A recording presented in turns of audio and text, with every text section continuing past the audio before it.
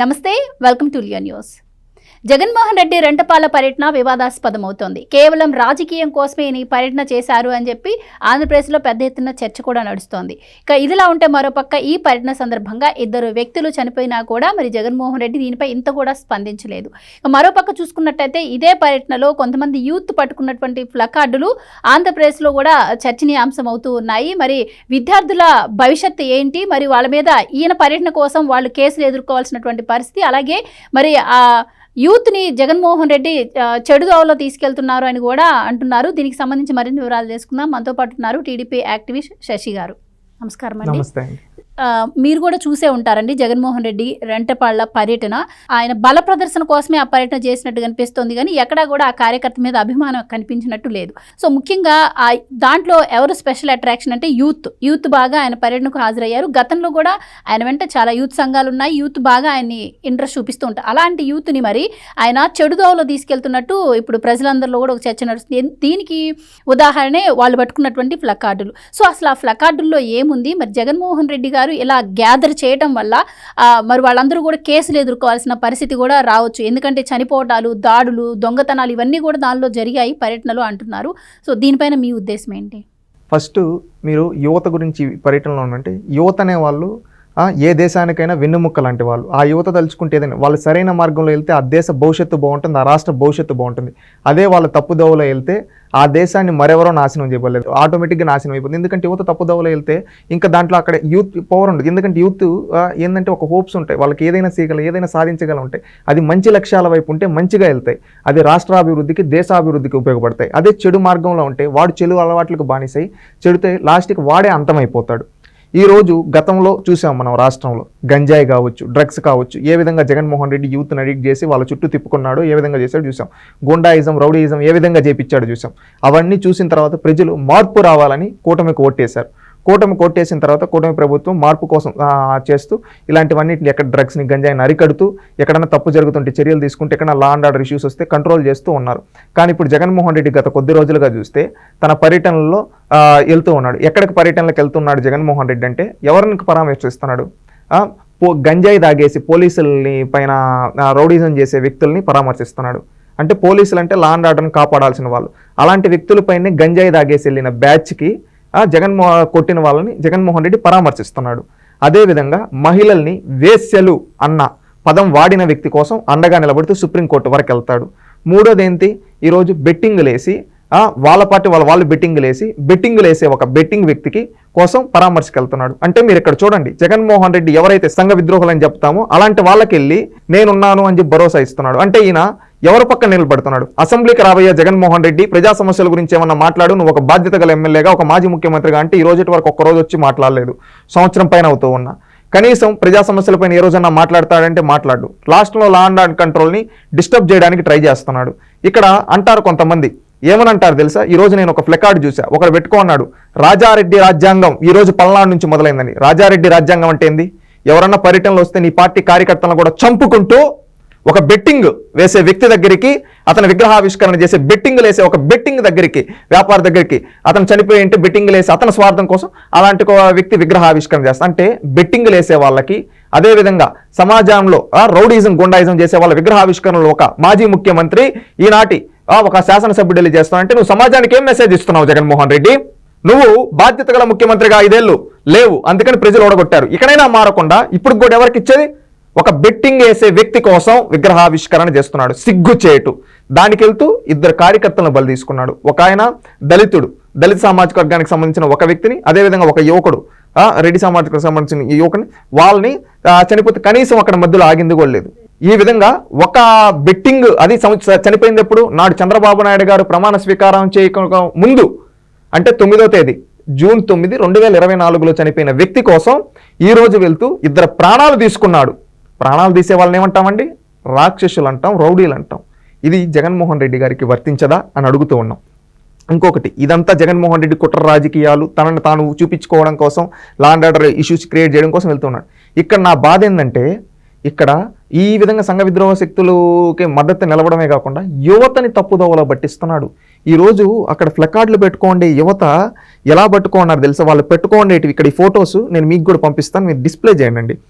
ఎవడైనా రాని తొక్కి పడేస్తాం, 2029లో వైఎస్ఆర్సీపీ వచ్చిన వెంటనే గంగమ్మ తల్లి జాతరలో వేట తలలు నరికినట్టు రఫ నరుకుతాం ఒక్కొక్కరిని. అన్నొస్తాడు అంతు చూస్తాడు, రప్ప నరుకుతాం నా కొడకల్లారా. కొట్టారు, తీసుకున్నాం, మా టైం వస్తుంది, చెక్కేస్తాం, సంథింగ్ ఏదో పెట్టున్నారు. ఈ విధంగా పెట్టున్నారు. ఇవన్నీ మీరు డిస్ప్లే చేయండి, ఇది చూడాలి ప్రతి ఒక్క రాష్ట్రంలో ఉండేవాళ్ళు. యూత్ నువ్వు ఎలా పాడు చేస్తున్నావు అనే దానికి ఇది నిదర్శనం. నువ్వు ఒక బాధ్యత గల ఎమ్మెల్యేగా, ఒక మాజీ ముఖ్యమంత్రిగా ప్రభుత్వాన్ని ప్రశ్నించాల్సింది ఏందో తెలుసా? సంక్షేమ కార్యక్రమాలపైన, అభివృద్ధి కార్యక్రమాలపైన, సంస్కరణలపైన, ఇంకా అభివృద్ధిని వేగవంతం చేయండి అన్న దానిపైన ప్రశ్నింపజేయాలి. ఈరోజు ఇక్కడ పట్టుకోండే వాళ్ళు ఒకటి గుర్తుపెట్టుకోండి, నువ్వు ప్రశ్నించు ప్రభుత్వాన్ని. ఏ విధంగా నిర్మాణాత్మకంగా అభివృద్ధి గురించి ప్రశ్నించి. ఈరోజు చంద్రబాబు నాయుడు గారు క్వాంటమ్ వ్యాలీ అన్నారు, 2026 అంటున్నారు. 26 కాదు 25 ఎండింగ్ అంతా పెట్టండి సార్ అని అడుగు. నిర్మాణాత్మకంగా సార్ మీరు గూగుల్ డేటా హబ్ వైజాగ్ తీసుకొని వస్తున్నారు, రాయలసీమలో రెన్యూ తీసుకొని వచ్చారు కదా. ఇంకా మనం ఇంకొకటి ఆలోచించాల్సింది ఏంటంటే, మనం హార్టికల్చర్ హబ్గా మనం ఇక్కడ తయారు చేస్తున్నాం కదా సార్. ఇక్కడ మనం అప్పుడు హార్టికల్చర్ హబ్గా మనం తయారు చేస్తే ఇక్కడ పండించే పంటలు వేరే దేశాలకు ఎక్స్పోర్ట్ చేయాలంటే అది ఎయిర్వేస్ ద్వారా కానీ లేదా పోర్టుల ద్వారా కానీ కావాలి సార్. పోర్టుల ద్వారా అంటే ఇప్పుడు అనంతపురం దగ్గర పండించిన వాళ్ళకి పోర్ట్ కనెక్టివిటీ నెల్లూరు దగ్గరికి రావాలి కదా. ఇక్కడికి ఏమన్నా రోడ్ కనెక్టివిటీ హైవే మీరు ఏమన్నా పెంచుతారా అని అడుగు. నిర్మాణాత్మకంగా అడుగు, చేయాల్సినట్టు అడుగు. సార్ ఇంక ఎయిర్పోర్ట్స్ ఇప్పుడు పుట్టపర్తి ఎయిర్పోర్ట్ ఒకటే ఉంది సార్, అది కూడా డొమెస్టిక్ వాడుకుంటారు. కర్నూలు ఈ విధంగా డొమెస్టిక్ కొన్ని పర్పస్, కడప ఇవన్నీ డొమెస్టిక్ పర్పస్ కోసం వాడుకుంటున్నారు. వీటిని లింక్ చేసి ఇంటర్నేషనల్ దానికి పెంచడానికి మనం ఏం చేయాలి సార్ అని ముఖ్యమంత్రి గారిని అడగండి. ఆయన కూడా దానికోసం ఒక లక్ష్యాలను పెట్టుకొని మన రాష్ట్రంలో యువత ఈ విధంగా ఆలోచిస్తూ ఉన్నారు, వాళ్ళు కష్టపడి పనిచేస్తున్నారు, కొంతమంది చదువుకుంటూ ఉన్నారు. మనం ఇంకేం చేయాలి సార్? స్టార్టప్స్ని ఎంకరేజ్ చేయండి సార్. మీరు అన్ని మనం ఇంటర్నేషనల్ కంపెనీలు ఇక్కడ తీసుకొని మనం థింక్ గ్లోబలే అన్నారు కదా సార్, మేము థింక్ గ్లోబలే చేస్తూ ఉన్నాం. మేము ఇక్కడ ఆ టైప్ ఆఫ్ చేయడానికి మాకేమన్నా స్కిల్ డెవలప్మెంట్ ట్రైనింగ్ సెంటర్స్ని ఇంకా ఇంప్రూవ్ చేయండి. క్వాలిటీ ఇంటర్నేషనల్ స్టాండర్డ్స్ ఉండే ప్రొఫెసర్స్ని మనకి ఇక్కడ తీసుకొని రండి, మన వాళ్ళని లేదా అక్కడికి పంపించి ట్రైనింగ్ ఇప్పివ్వండి అని అడగండి నిర్మాణాత్మకంగా. ముఖ్యమంత్రి గారు కూడా సహకరిస్తారు. ఆయన కూడా మొన్న ఒక మీటింగ్లో అన్నాడు, ఏమని మీరు ఇలాంటివి కాదు పెట్టుకోవాల్సింది, ఇలాంటి వడ్డు వస్తే తాట తీస్తాను, ఇవి అడగండి అని. అడిగేదానికి ఏం వీళ్ళకి? ఈరోజు జగన్మోహన్ రెడ్డి ఇలాంటివి పట్టిస్తున్నాడంటే సరే మీరు అన్నట్టు పట్టిస్తాడు, చేస్తారు, మీరు ఈరోజు పెడతారు. నువ్వు అది పెట్టడం చట్టరీత్యా నేరం తెలుసా? రేపు నీ పైన కేసు పడితే జగన్మోహన్ రెడ్డి వస్తాడా? ఇంకొకటి, నువ్వు కత్తి పడతావు, నిజంగానే నరుకుతావు. ఒకరిని నరికితే నువ్వు ఎంతమందిని నరకగలుగుతావు? 5 మందిని నరుకుతావు. 5 మందిని నరికిన వాళ్ళ కుటుంబ సభ్యులు ఎవరో ఒక నీ తల నరికితే నీ జీవితం అర్ధాంతరంగా ఆగిపోదా అని అడుగుతున్నామండి. దీనికి సంబంధించి ఒక క్వశ్చన్, అభివృద్ధి గురించి అన్నారు. జగన్మోహన్ రెడ్డి గారు 5 ఏళ్ల హయాంలో సంక్షేమమే కానీ అభివృద్ధిపై దృష్టి పెట్టి లేదని మనందరికీ తెలిసిన విషయమే. అండ్ ముఖ్యంగా సంక్షేమంలో కూడా కోతలు విధించాడు అనుకోండి, అది తీసి పక్కన పెడితే ఆయన టైంలో నేను ఇచ్చిన ఉద్యోగాలు ఏంటి అంటే సచివాలయాల్లో ఇచ్చాను, అలాగే వాలంటీర్ ఉద్యోగాలు ఇచ్చాను, ఫిష్ మార్ట్లు పెట్టించానని చెప్పారు. మరి అభివృద్ధి ఏంటి అంటే నేను మెడికల్ కాలేజ్ కట్టించాను, పోర్టులు కట్టించానని చెప్పారు. సో ఇదంతా తీసి పక్కన పెడితే ఇప్పుడు కూటమి ప్రభుత్వం అధికారంలోకి వచ్చిన తర్వాత ఆయన ప్రతి మీటింగ్లోనే ఏం చెప్తున్నారు? పోరాడండి ప్రభుత్వం మీద, కేసులు ఎదుర్కోండి, కేసులు పెట్టుకున్న ఎంత దూరమైనా వెళ్ళండి, నా మీద కేసులు పెట్టారు, నేను ముఖ్యమంత్రి అయ్యాను, మీరు కూడా కేసులు భరించండి అని చెప్పి ప్రతిసారి రెచ్చగొట్టే ప్రయత్నాలు చేస్తున్నారు. అలాగే పోలీసులను కూడా బెదిరించే ప్రయత్నాలు చేస్తున్నారు. సో దానికి సంబంధించి ప్రభుత్వం సరిగ్గా యాక్షన్ తీసుకోకపోవడం వల్లే కదా ఇప్పుడు ఇలాంటి ఘటనలు ఎదురవుతూ ఉన్నాయి. ఒకటి ఇక్కడ మొన్న తెనాలి ఇష్యూలో ఇన్సిడెంట్ పైన పట్టుకుంటే ఏమన్నారు? తెనాలి గంజాయికి సంబంధించిన బాధితుల్ని అరెస్ట్ చేస్తే గంజాయి ఎవరైతే తాగేసి కొట్టారో వాళ్ళని అరెస్ట్ చేస్తే జగన్మోహన్ రెడ్డి వెళ్ళి వాళ్ళని ఇంటికి అంటే నేరస్తులకు అండగా నిలబడుతున్నాడు. నేరస్తులను అరెస్ట్ చేస్తారు, ఆ నేరస్తులకు Jaganmohan Reddy law and order control disturb చేయాలి. ఇది ప్రజలు ఆలోచించాలి. ఎందుకంటే ఇది ఏ విధంగా జరిగితే రేపు జగన్మోహన్ రెడ్డి గారిని కూడా అరెస్ట్ చేయాలని మేము డిమాండ్ చేస్తున్నాం. ఇతనే లేకపోతే ఈ ప్రాబ్లం అంతా ఉండదు కదా. లా అండ్ ఆర్డర్ విషయంకి వస్తే ఎవరో రాజీ పడేది లేదండి. యూత్ని ఈ విధంగా చేస్తాను. నేను చెప్పాను కదా అభివృద్ధి గురించి అని. ఆయన అంటాడు పోర్ట్లు కట్టాం, ఇవి కట్టాం, అవి కట్టామని. అవన్నీ పేపర్ల మీద ఉన్నాయి, గ్రౌండ్లో లేవయ్యా. పేపర్ల మీద పెట్టింది కాదు, గ్రౌండ్లో చూపి అని అడుగుతూ ఉన్నాం. ఇంకొకటి నా ఫిష్ మార్ట్లో ఉద్యోగాల, ఐటీలు చదువుకున్న వాళ్ళకి ఇచ్చేది ఉద్యోగాలు, వాళ్ళు స్టార్ట్అప్స్ చేయడానికి ఏమన్నా సపోర్ట్ ఇచ్చావా? ఈరోజు 175 నియోజకవర్గాలు ఎంఎస్ఎంఈ పార్కులు పెడుతున్నారు. దాని గురించి నువ్వు మాట్లాడు. చంద్రబాబు నాయుడు గారు మీరు అప్పుడు అన్నారు కదా వర్క్ స్టేషన్స్ అని, ఇంకా దాని గురించి ఇంప్లిమెంటేషన్ గురించి ట్రై చేయండి సార్, అది ఇంకా మనం ఎలా ఇంప్లిమెంట్ చేయొచ్చు, ఇంకా బెటర్గా ఏ విధంగా చేయొచ్చు అని చెప్పి అభివృద్ధి గురించి చర్చకరా చేస్తారు. యూత్ని ఈ విధంగా పాడు చేస్తున్నాడు. ఈరోజు కత్తి పట్టి నరికిస్తా అంటున్నాడు, నరకతాడు. కత్తి పట్టినోడు కత్తితోనే పోతాడు, అదే కంప్యూటర్ను పట్టినోడు ఏదైనా చేయగలుగుతాడు. అవునా కదా? మీరు ఒక్కసారి ఆలోచించండి. ఇది నేను చెప్పేది ఏంటంటే ఫైనల్గా ఒక్కసారి ప్రతి ఒక్కరూ సహకరించాలి. ఏంటంటే రాష్ట్రంలో ఉండే ప్రజలు కూడా ఆలోచించాల్సింది ఏంటంటే యూత్ని జగన్మోహన్ రెడ్డి రౌడీలుగా, గోండాలుగా, గంజాయి తాగిచ్చి వాళ్ళని ఏంటంటే ఏ విధంగా తయారు చేస్తారు, సంఘ విద్రోహ శక్తులుగా తయారు చేస్తున్నాడు, రెచ్చగొడుతున్నాడు. రెచ్చగొడితే ఈరోజు తల్లిదండ్రులు కూడా ఆలోచించాలి. వైఎస్ఆర్సీపీ పార్టీలో ఆయనేం బాగుంటాడు కేసులు పెట్టించుకొని ఆయన దగ్గర ఉండే ధనంతో, కానీ నాశనం అయిపోయేది మీ పిల్లల జీవితాలు. ఆలోచించండి. చంద్రబాబు నాయుడు గారు ఏమంటున్నారు, మీ పిల్లల్ని చదివిపోయండి, మంచిగా ఉన్నత స్థాయిలో నిలబెట్టండి అంటున్నాడు. దానికి సహకరించండి.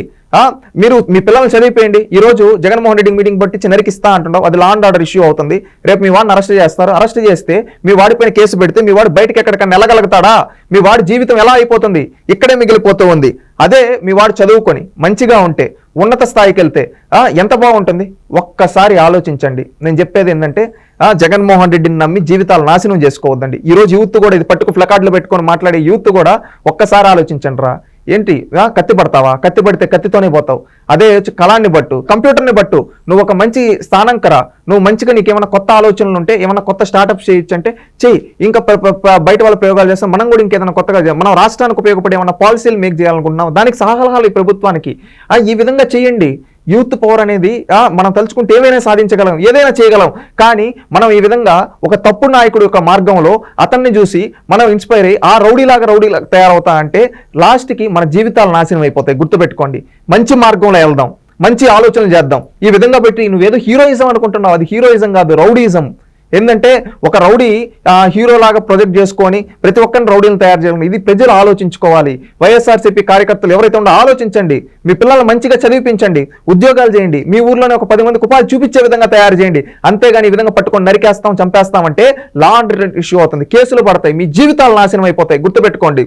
ఒకటే చెప్పేది ఏంటంటే జగన్మోహన్ రెడ్డి లాంటి నాయకుడు ఈ రాష్ట్రానికి పట్టిన చీడపురుగు. చంద్రబాబు నాయుడు గారిని కోరేది ఒకటే, ఇతన్ని పైన చట్ట ప్రకారంగా చర్యలు. ఇది ఈ రోజు చేసే ఆర్గనైజ్డ్ క్రైమ్ అండి. ఈ జగన్మోహన్ రెడ్డి గారు ఆ విధంగా పట్టుకున్నోడిని అదే తెలుగుదేశం పార్టీలో ఎవరన్నా ఆ విధంగా పట్టుకుంటే చంద్రబాబు నాయుడు చెంప పైన కొట్టి, నువ్వు పట్టుకోవాల్సింది ఇలాంటి ప్లకార్డులు, రౌడీజం కాదురా, చదువుకో, నీ కుటుంబానికి అండగా నిలబడని చెప్తాడు. అది చంద్రబాబు నాయుడు గారు చెప్పే మాట. ఒక నాయకుడికి ఒక రౌడీకి ఉన్న తేడా మీకు ఇప్పుడు అర్థమైంది కదా. ఆలోచించండి. యూత్ను కూడా నేను కోరుకునేది అదొక్కటే, మంచి చేద్దాం, మంచి ప్రజలకు ఉపయోగపడే విధంగా మనం ఏదైనా చేద్దాం, కొత్తగా చేద్దాం. అంతేగాని ఇలాగ పోతూ ఉంటే రేపు నష్టపోయేది రాష్ట్ర యువత.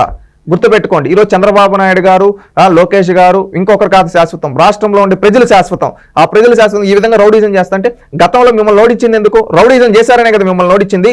ఇప్పుడు కూడా ఓడిపోయిన తర్వాత కూడా ఇలాగే పట్టుకున్నా, రేపు వచ్చిన తర్వాత ఇంకా ఎక్కువ చేస్తామంటే ప్రజలు నమ్ముతారు. ప్రజలు ఒక్కసారి ఆలోచించండి. మీరు ఓడించినా కానీ వీళ్ళు బుద్ధి తెచ్చుకోలేదు. వీళ్ళని మనం ప్రజాస్వామ్యబద్ధంగానే వీళ్ళని బుద్ధి చెప్పాలి. మనం తిరుగుబాటు చేయాలి, ప్రజలందరూ తిరుగుబాటు చేయాలి జగన్మోహన్ రెడ్డి పైన. వీ వాంట్ అరెస్ట్ జగన్ అంటున్నానండి. ఎందుకంటే జగన్మోహన్ రెడ్డి లాంటి చీడపురుగు ఈరోజు మొన్నేమో ఎవరిని, ఆడవాళ్ళని వేసీలు అన్న వ్యక్తిని బయటికి తీసుకొని రావడం కోసం సుప్రీంకోర్టు వరకు వెళ్ళాడు. అంటే ఈరోజు వేసీలను ఆడెవరు ఆడవాళ్ళని కదా, నన్ను అనలేదు కదా అంటారు. రేపు నీ ఇంటి వరకు వచ్చినప్పుడు నీకు ఎవరు అండగా నిలబడతారు? ఒక నేరస్తుని అరెస్ట్ చేస్తే జగన్మోహన్ రెడ్డి వెళ్ళి పరామర్శిస్తా ఉన్నాడు. అక్కడెక్కడో గంజాయి నేరస్తుని కదా జగన్మోహన్ రెడ్డి. నాకు రేపు నీ ఇంటిపైకి వచ్చి ఒక గంజాయి నేరస్తుని నీ పైన చేస్తే నువ్వు బాధితుడు అయినప్పుడు ఆ నేరస్తుల దగ్గరికి జగన్మోహన్ రెడ్డి వెళ్తే నువ్వేమైపోతావు? ఒక్కసారి ఆలోచించు. అదేవిధంగా బెట్టింగ్ అంటున్నావు. ఈరోజు ఈ బెట్టింగ్ వ్యాపారం చేసి ఈరోజు రేపు అదే బెట్టింగ్ వేపించి నీ కుటుంబ సభ్యుల చేత కావాలనే రెచ్చగొట్టి వేపించి నీ ప్రాణాలు తీయేస్తే ఆ బెట్టింగ్ ఎవరైతే చేపించాడు అతని విగ్రహ ఆవిష్కరణలు చేస్తే అప్పుడు నీకెట్టుంటుంది? నీ వరకు రాలేదనుకోవద్దు. ఆలోచించండి. జగన్మోహన్ రెడ్డి ఎవరి వైపు నిలబడుతున్నాడో ఆలోచించండి. చంద్రబాబు నాయుడు గారు ఎవరి కోసం కష్టపడుతున్నారో ఆలోచించండి. రేపటి తరాల కోసం కష్టపడే నాయకుడు కావాలా, రేపటి తరాలను నాశనం చేసే నాయకుడు కావాలా? ఒక్కసారి ఆలోచించండి. ఈరోజు జగన్మోహన్ రెడ్డిని మనం రాజకీయంగా ఓడించాం, ప్రజాస్వామ్యబద్ధంగా. కానీ ఇతను ఏంటంటే ఇంకా రెచ్చగొట్టే వ్యాఖ్యలు చేస్తున్నాడు. ఇలాంటి వ్యక్తి సమాజంలో ఒక చీడపురుగు లాంటి వాడు. ఏమన్నంటే రాజారెడ్డి రాజ్యాంగం అంటారు. రాజారెడ్డి ఏమన్నా స్వాతంత్ర సమరయోధుడా? బీఫ్ కాంట్రాక్టర్ గా బ్రిటిష్ వాళ్ళకు పనిచేసిన వ్యక్తి మీకు స్ఫూర్తిదాయకమా? ఒక్కసారి ఆలోచించండి. ఆ ఫ్లకార్డ్ పట్టుకున్న వాళ్ళు స్వాతంత్రం కోసం ఎంతో మంది సమరయోధులు ప్రాణాలు అర్పించారు ఈ తెలుగు గడ్డపై నుంచి కూడా. అలాంటి వాళ్ళని స్ఫూర్తిగా తీసుకో. అంతేగాని బ్రిటిష్ వాళ్ళ పక్కలో పాలెగాడిగా ఉంటూ బీఫ్ కాంట్రాక్టర్ గా పనిచేసిన రాజారెడ్డి నీకు స్ఫూర్త? ఈ రోజు తెలుగుదేశం పార్టీ హయాంలో అంబేద్కర్ రాజ్యాంగం నడుస్తూ ఉంది, నువ్వు రాజారెడ్డి రాజ్యాంగం అంటారు. అంబేద్కర్ ని ఈ రోజు అవమానించినట్టు వీళ్ళు. గుర్తుపెట్టుకోండి. అంబేద్కర్ ని అవమానించినట్టు రాజారెడ్డి రాజ్యాంగం అంటావు. రాజారెడ్డి ఎవరు? బీఫ్ కాంట్రాక్టర్ బ్రిటిష్ వాళ్ళకి. అలాంటోడు నీకు స్ఫూర్తిదాయకమా? వీళ్ళ డిఎన్ఏలోనే ఉందండి జగన్మోహన్ రెడ్డి కుటుంబం డిఎన్ఏలో. ఇంత ఆవేశంగా ఎందుకు మాట్లాడాల్సి వస్తుందంటే వీళ్ళు ఈ రోజు నుంచి కాదు, ఆ రోజు బీఫ్ కాంట్రాక్టర్ గా పనిచేశాడు. ఆ తర్వాత రాజశేఖర్ రెడ్డి గారు ఏదో మనం మంచోడు అనుకుంటా ఉన్నాం. మర్రి చెన్నారెడ్డి గారు ముఖ్యమంత్రిగా ఉండేటప్పుడు ఇదే హైదరాబాద్ లో మత కల్లోహాలు రెచ్చబట్టి ఎంతో మంది ప్రాణాలు పోవడానికి కారకుడయ్యాడు. ఇది మాత్రం వాళ్ళు తెలుసుకోవాలి. పివి నరసింహారావు గారు దేశం గర్వించదగ్గ ప్రధాని, పార్టీలకు అతీతంగా మనం చెప్పుకుంటాం ఎకనామిక్ రిఫార్మ్ దేశం కోసం చేసిన పివి నరసింహారావు. అలాంటి పివి నరసింహారావు గారు ప్రధానిగా ఉండి కడపకు వస్తే చెప్పులేపిచ్చిన వ్యక్తి రాజశేఖర్ రెడ్డి. ఈ రోజు ఈ జగన్మోహన్ రెడ్డి గారు కూడా ఇప్పుడేం కొత్త, 2014 నుంచి 19 వరకు వైజాగ్ లో సమ్మిట్ జరుగుతూ ఉంటే లా అండ్ ఆర్డర్ ఇష్యూ క్రియేట్ చేయడం కోసం వైజాగ్ ఎయిర్పోర్ట్ లో ఇష్యూ చేశాడు. తనకు తాను కోడికత్తి పొడిపించుకొని ప్రత్యర్థులు. ఈ రోజు ఆ కోడికత్తి బాధితుడు ఎక్కడున్నాడు? నిందితుడేమో చంపేశాడు ఇది అదే అని చెప్పి, బాధితుడు నిందితుడు అని చెప్పి అప్పుడు టాపిక్ డైవర్షన్ చేసి నన్ను చంపేస్తున్నారని చెప్పాడు. 5 ఏళ్ళు జైల్లో పెట్టాడు రిమాండ్ ఖైదీగా. కనీసం సాక్ష్యం చెప్పకుండా ఈ జగన్మోహన్ రెడ్డి బాబాయ్ హత్యని ఏ విధంగా రాజకీయం ఈ రోజు మళ్ళీ ఇలాంటి ఇష్యూస్ క్రియేట్ చేస్తున్నాడు. ఇలాంటి వ్యక్తులు సమాజంలో చేరపరుగులు, ప్రజలు ఆలోచించాలి.